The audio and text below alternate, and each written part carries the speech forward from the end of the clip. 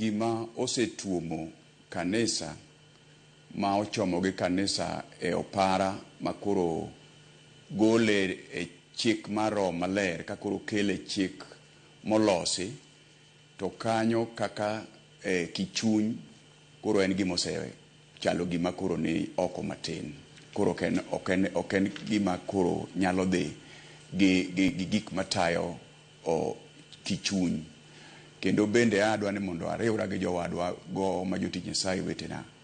ka wacho ni wan watiyo e bwo loch mar Jehova Nyasaye spiritual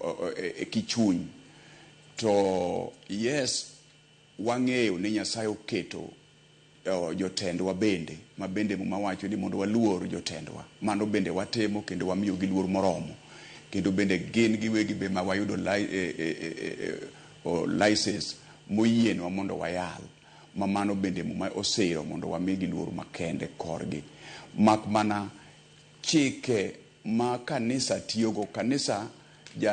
ng'amotelo ne maduong' moloyo kata wan en Nyasaye, en ye wuon kanisa gi Yesu Kristo. Kaito Roho Maler en ye molid, Nyasaye en Nyasaye man gi mpanga ahinya, en ye molid. Kaito chike makoro riembo od Nyasaye en Muma ema koro kete chike maka ng'ato donjo mondo koro bed ng'at moyie to nyako lu weche mondiki manie chik mar Nyasaye ma en Muma. Koro sama awinjo ka jowadwa wacho ni mondo koro kama ji 50 nitie kae kama koro kanisa chakore, maka poni gin ji 40 kata 30 kata 10 kanyo kanisa onge, to Muma to koro kendo chik gwenyore gi margi no, kech Muma wacho ni kama ji 2 kata ji 3 ochokore Nyasaye ni kanyo. To gin margi to wacho ni Muma margi cha odwa ket matin ahinya. Koro wan marwa ni mana kochakore 50. Koro king'iyo joma loso gini kata joma nobedo piny, aparo ni ka giyudo thuolo mondo koro gibed gi jodolo piny to wanyalo chiwo direction maber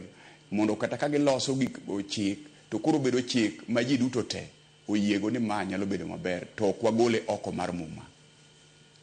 Ero kama na inya to jakwan ga jong kwang yo kata mna paro mar chik makama angisi kanyo ni gidholiech iluonge ni Kenya's Religious Organization Bill 2024 to gimomiyo ni en mar higa mokalo nikech wang'e ni wantiere higa mar